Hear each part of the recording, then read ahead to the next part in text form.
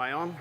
You can hear me great. So thanks for that, Jeff. As you say, I'll give you a little bit of a picture of quite what it means to be both of those things within SailPoint. Again, thank you all for coming. I would love to see this event become bigger than Navigate, if anyone here has been to Navigate, our user conference, because this is a super, super cool spot. So thank you all for coming. As Jeff said, I'm a Chief Technology Officer. Been with SailPoint pretty much from the start. Nearly 20 years of doing identity management makes me sound rather colloquial, you might say. But I'm also our Chief Information Security Officer. Now, let me say for the record, being a CISO is actually a very, very difficult job.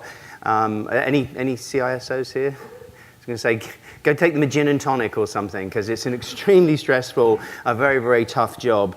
But I really like wearing two hats at SailPoint. It is two times the work.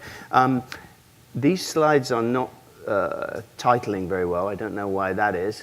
I think we're looking at the Prezzo deck, not my deck. It would be my cake. Anyway, that's okay. Title's in the middle of the slide. We're going to plow on, because that's what you do. But I like doing both of these things because as a CTO, I get to worry about identity management. I'm an identity management specialist. There's no question about it. And I say here that this is a match made in heaven because something very important is happening at that intersection.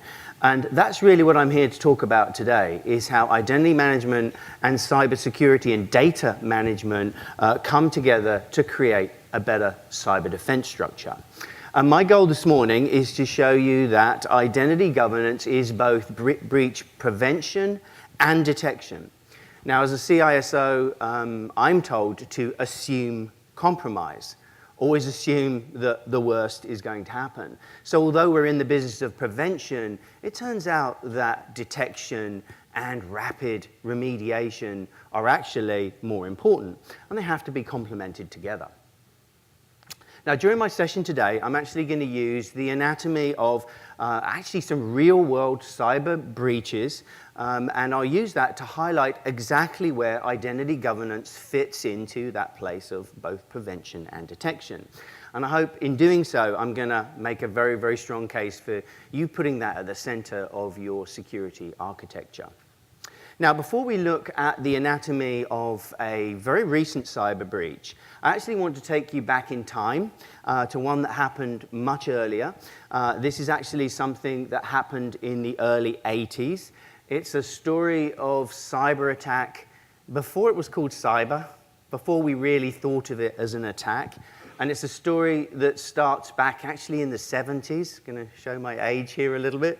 So let's go back there now, and I'll explain exactly what happened.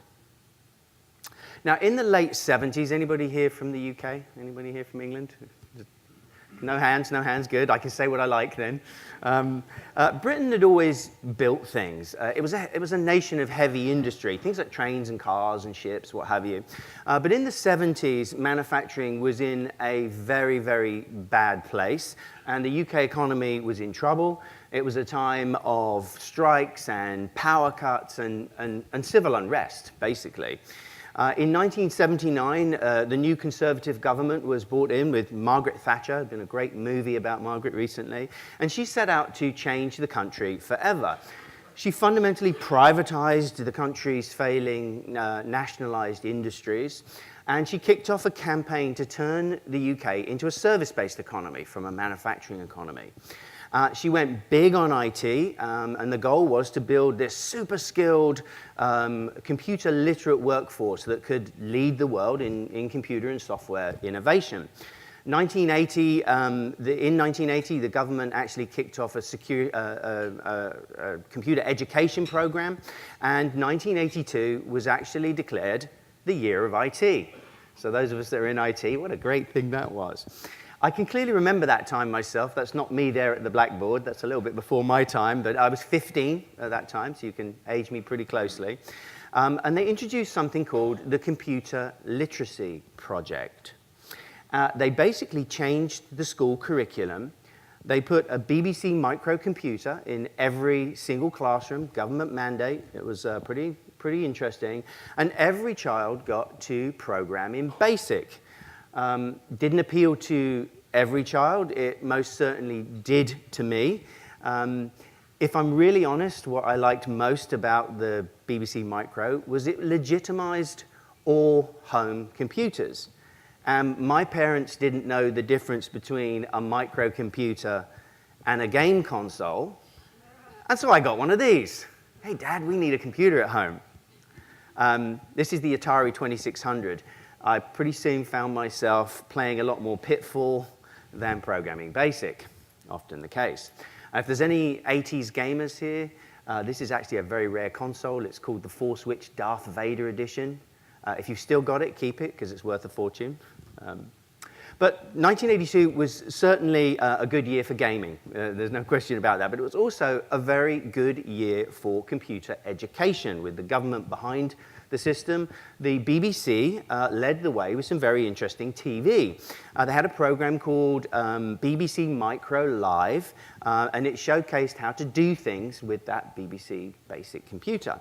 It was on for 2 hours. I mean, who puts on a computer show on a Sunday morning for 2 hours and gets 2 million people actually watching it? So it was actually very, very successful. The show was introduced by Ian Davis on the left, and his cohort on the right was a guy called John Colley, and we'll look at those guys in a moment. Now, one Sunday morning in October of 1982, something really interesting happened. A Micro Live got hacked live, and it was all caught on tape. Very rare for that to happen. This is actually recognized as the very first time that what we now think of as a cyber attack, a hack, was actually captured on film. And I want to show you this now, a brief clip from it, because the anatomy of this data breach is a very interesting story. The quality of the recording is not great, but let's look at it. It's about a minute long, so bear with me. And let's watch it together, and this is the interesting thing. See if you can identify how this breach occurred. Hopefully it'll play. That's whistling. And let's now wake up the packet switch exchange, please. And come on, reply to me. Ah, thank God for that. Right, and now it wants to know who I am. So this is the code to get in here. TL, type that wrong, gold, M. And it didn't take because I made a typing mistake. I do hope the cameras aren't on the keyboard too well there. Right, and it now wants to know the address of the computer that we want to get through. Well, I'll try and get to the one we were getting to. 219.201.004. That was a secret little piece of code you put in there. That, right. Now, we are now at last through to this London computer, and that was where I was trying to get through by direct dialing. Right, British Telecom Gold, we're through. We now have to type in our identification, which we said our ID was OWL001. And the machine asks what our password is, so no cameras on the keyboard, please. The password is that. And Telecom Gold, Automated Office Services, we're through. Mail call. Computer security error. I think we have some hackers. I think you tempted some hackers rather too well. Legal access. I hope your television program runs as smoothly as my program worked out your passwords. Nothing is secure. Hacker song. Put another password in, vomit out, and try again. Try to get past logging in. We're hacking. That's brilliant. Try his first wife's maiden name. This is more than just a game. It's real fun, but just the same. It's hacking, yes. Yeah, well, oh no. Now, ACN 019, hi there, Alex from Oz and Yug. Now, look, Oz and Yug, just go away, will you? We want to do a demonstration here. Go away. Hilarious. So, did you see where things went wrong? Admittedly, John didn't have that post-it note with his password under the keyboard that we also much talk about. But he did have his username on a sign on the top of his terminal there, kind of rather strange. Did you write down that secret code? Did you catch the secret code? Or maybe see the password? I mean, it was one character. Well, interestingly, none of that was the actual cause of this attack. So maybe we might assume there was some really clever bad guys, some zero-day malware involved, some password cracking of some sort. But that wasn't what happened either. This wasn't a complex software victory. This was basic human error and some weak IAM practices, some weak identity management practices. What really happened is something that is now much known as, in the recording business at least, as a green room error. So if there's anyone who's been in a studio, they'll know that the green room is a place in the studio where show guests, people that aren't directly involved in the production, can wait and observe. It's not in the studio where the recording happens, nor is it in the control room where the director, for example, would sit. It's kind of isolated very deliberately from both. So about an hour before the performance, John, our sales engineer, poor guy, was over in the studio. The director was in the control room. And they had some very interesting guests in the green room, some what were these subject matter experts. And the director was talking to John, and he was talking to the green room on basically on separate channels. And unfortunately, at some point, he made a very human error. This is kind of how it works. You can probably guess what he did. He mistakenly linked the channels together so the green room could actually talk directly to the studio. The technical advisory team, as we'll call them, they worked this out pretty quickly.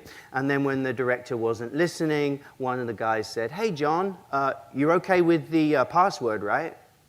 And thinking it was the director, John simply said, "Yeah," and this is actually caught on film, was actually caught on the pre-run for the film. He actually said, yeah, don't worry, I got it. It's easy, it's password 123.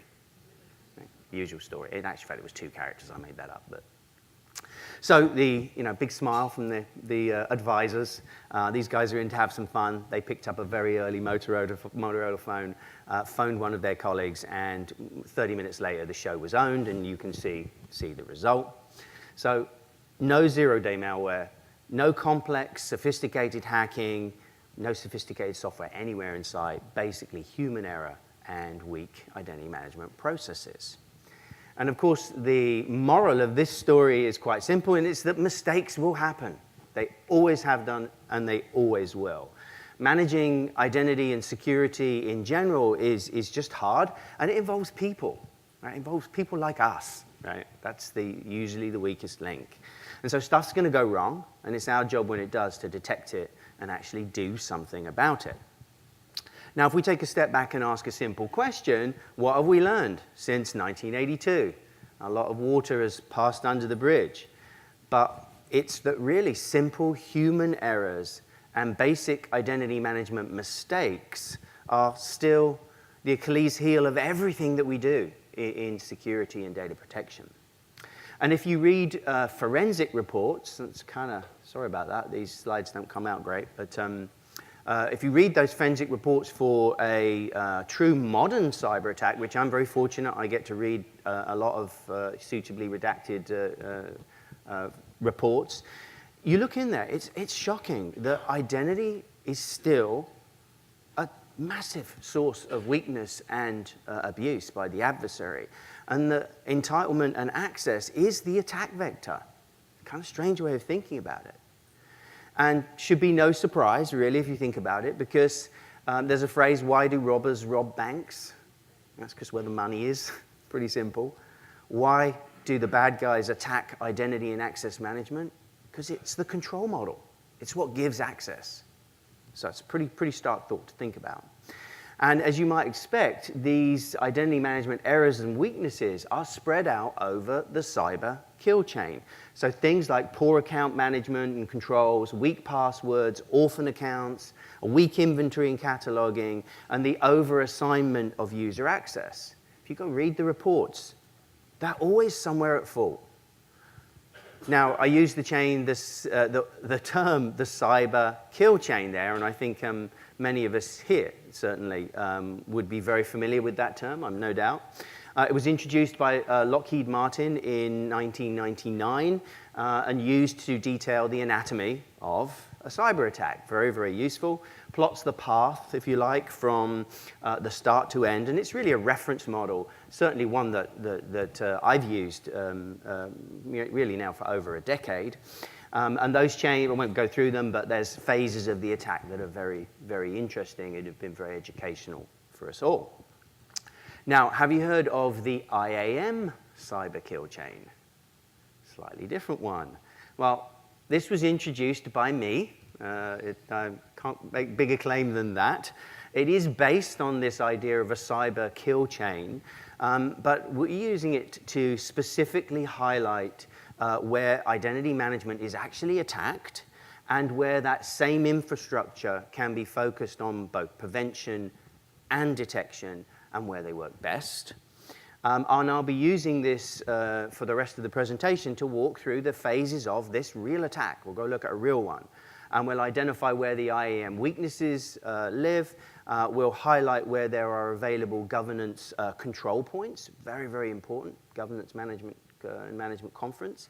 And I'll point out where those misdetection points really led to the impact of the breach example. The actors in the breach, you can barely read them. Fortunately, I've got notes here, otherwise I couldn't read it either. The actor in the story is actually taken from, it's actually a collection of 3 real-world forensic reports on breach. We've obviously removed the names and the implications of it. The victim itself was, say, a business-to-business and B2C company, a large presence online. It's nobody that is in this room, so phew. As a CISO, thank goodness you're not talking about me. The attacker was a known organized crime syndicate, actually in China. It was very well attributed, or as well as we can. And importantly, this is a group that had money, time and resources to carry out a very persistent and very targeted attack. Now, this is going to be really interesting. Things kicked off as they often do in that cycle. Let's look first at the timeline. Right? If you look at the timeline here, I think we're very well aware now the average time for a cyber attack is between 200 and 300 days. And this represents the time from first infiltration through to the point of detection, 200 to 300 days. And as you can see here from this one, it was about 250 days from April of 2016 through January of 2017. The attack started, as again most of these do, with active reconnaissance. And so a great deal of external web and network scanning was very quietly carried out. This is a very normal first step if you look at most flows. You always, as we say, fuzz the interface. You always attack what is visible to the outside world because there's a really good chance that a human error has been in place and the back door is wide open. Very, very frequently happens. This attacker also did some extensive research on all of us, right? On our employees and contractors and people connected with the business. The internet is obviously a colossal source of knowledge about people. And I think if you read Sun Tzu, what does Sun Tzu say in the 5th century BC? Know thy enemy. And so maybe in 2018, Hacker Sue just says, let's go look on Google. Let's just go research. We put so much information out on the internet that is, very useful to the adversary and to the attacker. So the bad guys took this knowledge and they ran very targeted reconnaissance. It turns out this is not phishing directly. That will come in a moment. This is pure recon. They want to know the configuration of things. So unfortunately, this is very hard to prevent. If you are aware, it's amazing how little control there is over advertising on sites that we are licensed to go to. IT is not stopping me going to what we know is a valid site, but malvertising, by just putting a single picture on a site, just you downloading that picture, I can tell a great deal about the configuration of the machine that is actually looking at that picture. Now, as we look at here, over 4 months in reconnaissance may seem like a long time, but all the evidence shows us that professional bad guys, because that's who we're really worried about, right? The professionals, they do their homework, right? They are professionals, and there's no doubt about that. So in April, they were ready to truly start an attack phase, so they successfully spearphished one of the company's executives. We, the executives, the leaders, we're very, very visible. And we also tend to be very, very distracted. And so we make a great target. It's as simple as that. And then using a bad link in a very good email, they were able to direct an executive from a Windows laptop to a drive-by download. Pulled a local administration exploit, could have been caught on the Windows laptop, and they had a foothold. They were in, and it was, as we say, game on. The next phase here was to move laterally from that single laptop out into several other Windows servers that were in the test domain. And these were servers that still had default accounts and passwords on them. And unfortunately, this is a very common mistake. When servers or applications are left with their default configurations, you know what? The usernames and passwords, they're in the documentation. And you can download that from the internet. You'll be shocked how frequently that is somewhere in the attack chain. It just happens all the time. So from their new home, you might say in the test environment, they carried out extensive network inventory and scanning. Wasn't noticed by the defender. They discovered a PAM tool, a privileged account management tool, which was actually being used to protect access to some of the production systems. Their research also exposed the fact that there was a weakness in how access was granted to that PAM infrastructure. And I don't want to describe what it was, but they used that weakness to launch an attack on the PAM server, and they basically escalated privileges for an account that they already owned that had base access, pretty regular. So by August, it was time for exploitation. So they launched a brute force attack on the Active Directory domain and on the on-prem apps and in the cloud, right? This is most definitely a hybrid environment. And due to weak passwords across the board, their hit rate was very high, shockingly high, actually. It amazes me today, with so much publicity about how bad passwords are. The most common password used is still password 123. It really is. We've downloaded 10 million of these things and looked at them, and it's still used. It's just kind of shocking, because that's really giving it to the bad guy on a plate, because you know that's the first thing they're going to try. Then using a compromised basic user account, they scraped the company's SharePoint portal. Okay, so they were looking on the portal for clues on how internal security processes work. Now, it turns out the new hire FAQ, has anyone got a new hire frequently asked questions document? Again, we can see, they go look for it. We can look at their queries. They're looking for these documents, because what's in there? Full information of how you use, in this case, email to a help desk to get access and approve systems access, right? Bad. And of course, we all know email is just ridiculously simple to spoof, especially if you're on the inside, right? I mean, it's almost impossible, particularly if I can actually inflate my own email server. It becomes almost impossible. No preventative policy, no checks and balances, and no end-to-end audit on that process. So the help desk just created the accounts they asked for and carried on as normal. Quite shocking. And then using the elevated access in the PAM server, they had access to both the application and database tier. The app was actually fairly well secured, but that gave them a huge backdoor to pull priority information straight from the servers. And then finally, they actually escalated an Active Directory group access for a number of the accounts they already owned. That's pretty much how it worked. And then as a kind of a final point, they actually created a domain admin account. Tends to be one of the last things that you see done. It's something that we have learned to trigger from the creation of an admin account. You hope that somebody's checking and looking for that.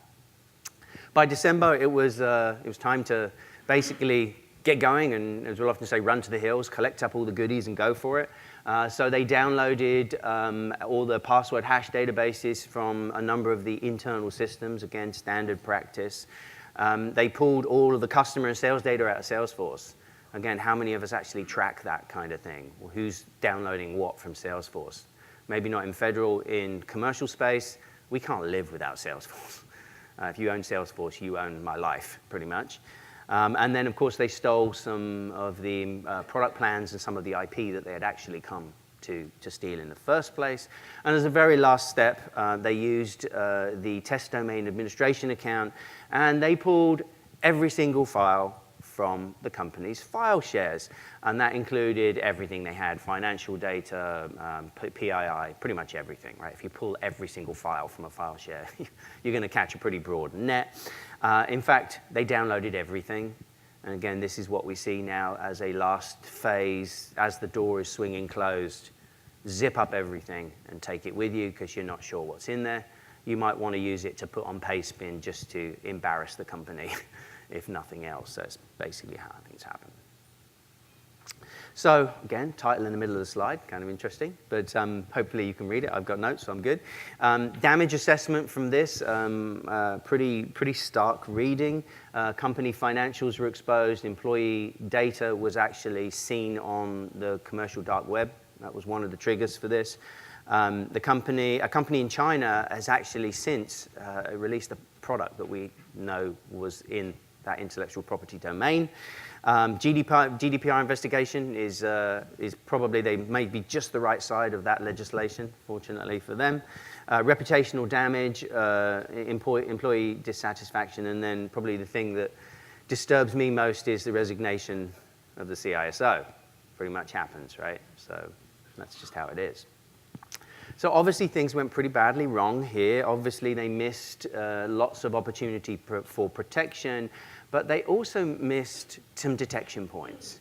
And this is something that we're going to really focus on for the rest of the presentation, because I think they basically missed a huge thing here.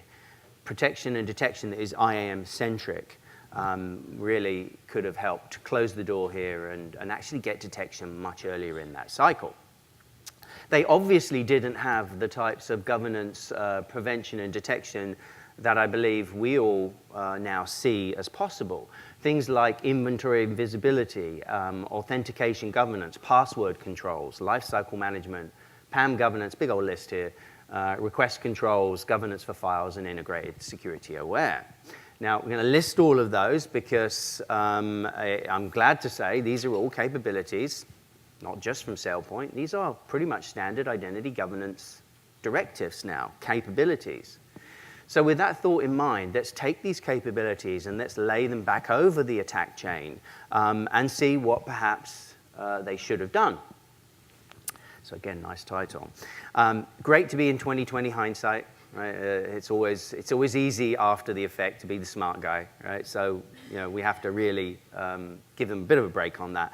But I want to get quite specific about where identity governance could have actually helped here. Now, unfortunately, good governance, it doesn't matter what it is, where it lives, there's not much we can do in this recon cycle. They haven't actually, there's no infiltration, the attack surface is on the outside. And probably the best thing we can do is educate ourselves and our employees. And people have to understand that every single piece of information on the internet is being correlated back to create an attack profile. The technology is simple, it's fast, it's easy, and it's what the bad guys do. Every single piece of information is being correlated to create an attack profile. Right? So as the more information we know, knowledge is power, right? And it's as simple as that. So I think in some respects we have to give them a break on recon. That's really out of my domain. I can't really comment on that. But when it comes to visibility and inventory, they most certainly lost their slide. There it is, it's back. We'll start with default accounts and passwords. Now, these should have been detected and remediated a long time ago. Orphan accounts. I mean, we now have orphan account management processes, right? They should have been in place to detect the creation of any new account that isn't part of a control process. Right? That's what we do. And then automated recertification. Gee, I mean, how boring is a recert? But it would have put the information in front of people that could have made a decision and they could have taken action many, many months before because the first thing that happened was some account creation. They certainly needed much better authentication controls. Had they had strong credentials, they didn't. Had they been using multi-factor, step-up authentication, they may have stood a chance. But the knowledge and policies, as we now say, of governance, the understanding of the desired state, what we do in governance context, could have made that adaptive authentication much, much, much more powerful. That knowledge is very, very important. And if they had had access governance for their authentication lifecycle process, the Security Operations Center may have been able to actually understand strange admin access times, or the fact that Salesforce logins were coming from a domain where they'd never been seen before. They needed that identity context to actually make that a simulation in their SIM tooling. Password management, well, of course, right? Could have actually, we might say, saved the day. Strong password policies would have made that password cracking, if not impossible. I mean, we know it's computationally possible. We could have made it a lot harder for them. Right? I doubt they even ran a rainbow table. I think you find they just tried the password and got it straight in. And automated lifecycle enforcement. I mean, we now know how to mandate the change of passwords. So when an account is owned, we can change the password underneath it. If we're changing that password all the time, we're making them slide back down the snake in Snakes and Ladders and go back to start. Right? It's just it's cheap and easy thing to do. And then finally in passwords, change detection and alerting.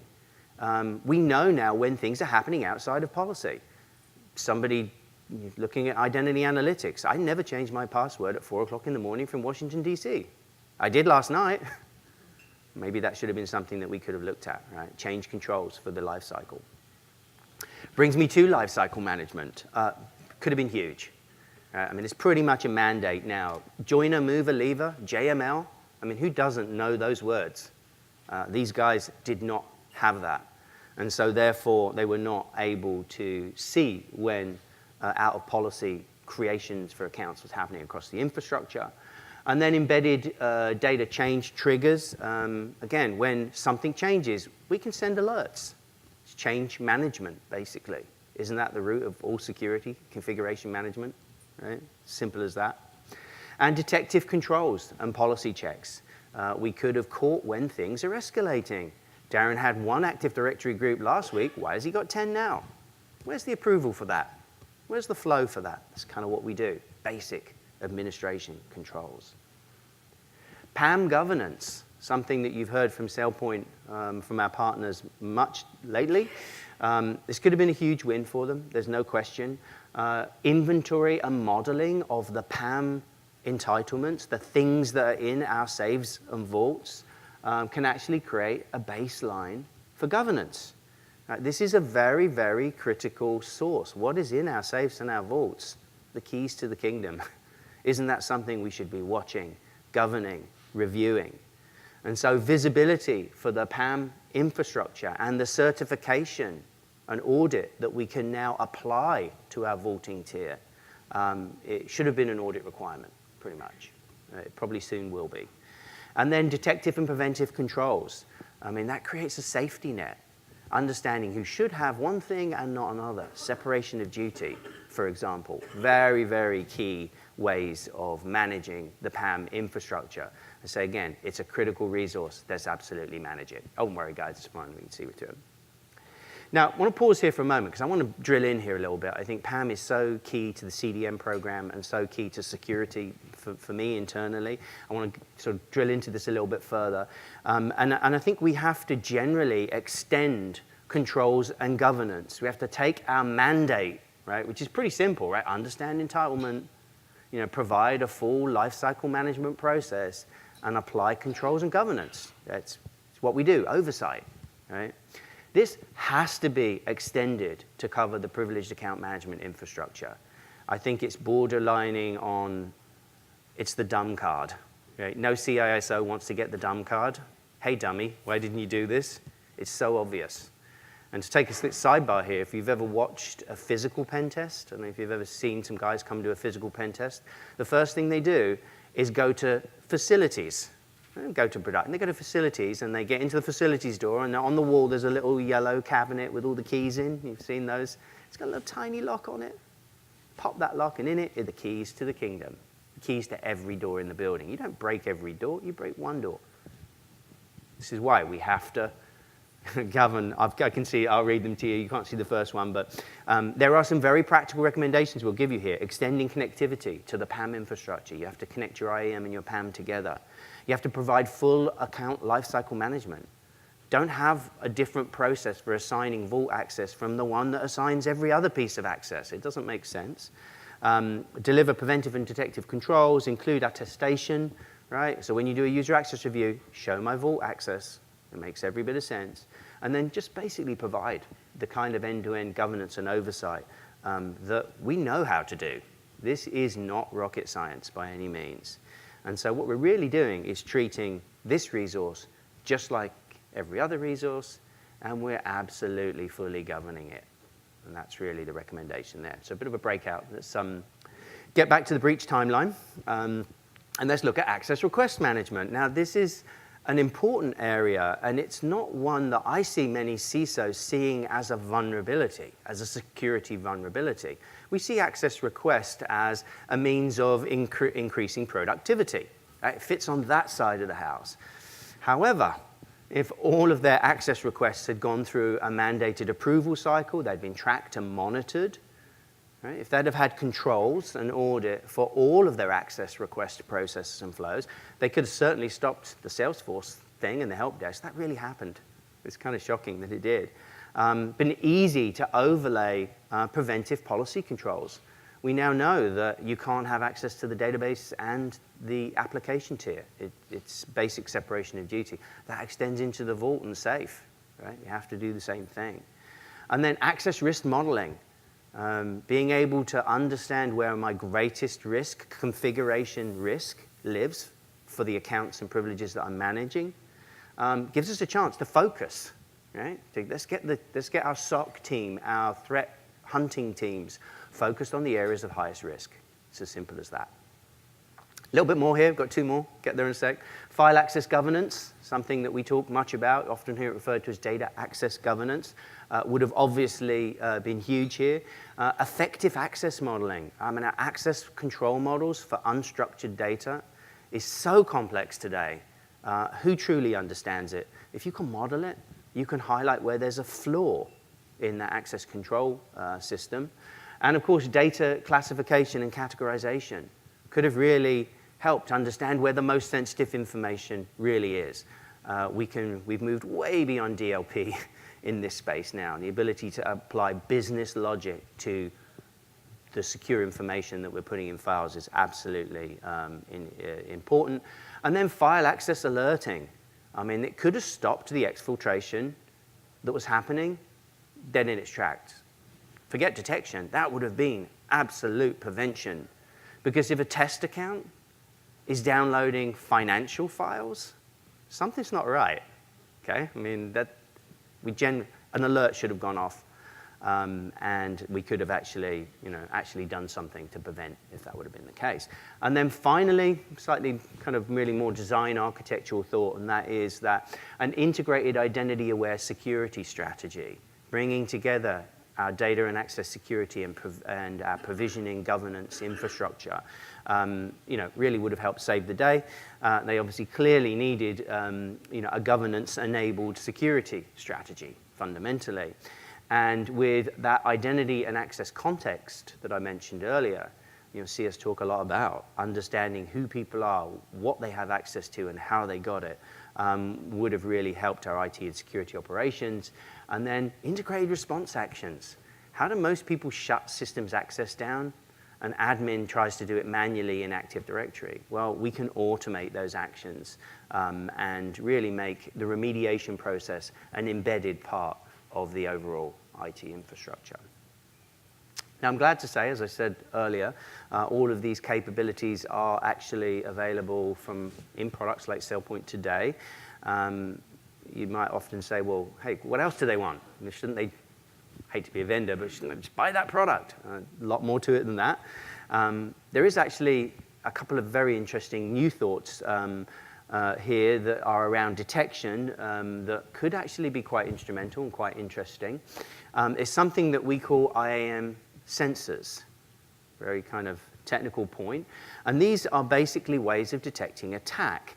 It's a bit of a twist, you might say, on what we think of identity governance and provisioning infrastructure to be used for. It's definitely an offensive thought rather than defensive. It's stepping out in front. And it's based on two very simple means of detection. The first is something that we call account honeypots. And these are like the general purpose server honeypots that we've been aware of in data and infrastructure security for some considerable time, but they're applied specifically to accounts and entitlements. And it means basically including things like deliberately weak accounts. We create a fake account with a preset login alert on it, and let's say a weak account, we make it nice and kind of rich with its access, and these are automatically created by the IAM server infrastructure. And of course, they get spread out across the apps and infrastructure, and when a bad guy touches one of those accounts, alarm bells go off. It's really that simple. We're using our account level, our application, it's AppSec, basically. It's a very interesting twist on that.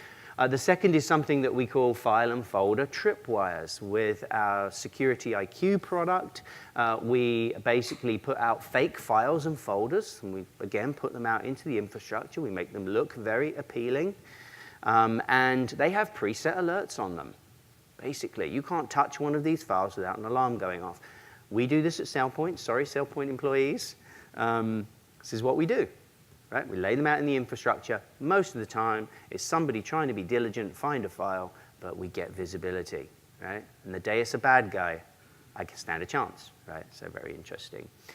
And again, these are all designed to create what are fundamentally new detection endpoints, and really in some very, very key, vital areas. And like we said, it's another chance we've got to try and catch the adversary. Easy to deploy. This is not, again, rocket science. It's configuration in your governance infrastructure to actually do these things today. So I'm just about out of time. So let me say in summary that I think everybody involved in security today, I have this battle with my analysts, need to understand this idea of identity management cyber kill chain, right? And actually understand the critical role that our infrastructure products play in this picture of overall cyber defense, and understand that identity management infrastructure is on the front line. It's on the front line of attack, and it's also on the front line of prevention and detection. And I hope that everyone can come away today from this session fully aware of the things that we can do, right? All we've got to do is decide.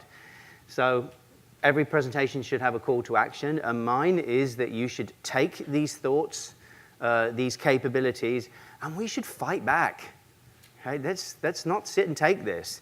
And I think if we put identity governance at the center of our cybersecurity strategy and architecture, we can create a web of control that is better today and is ready for the storm that we know is coming tomorrow. With that, thank you. I know we now have a full program we're going to roll straight into. Thank you for listening, and we've got some Q&A coming later, hence the chairs, so I look forward to answering any questions then. Thank you.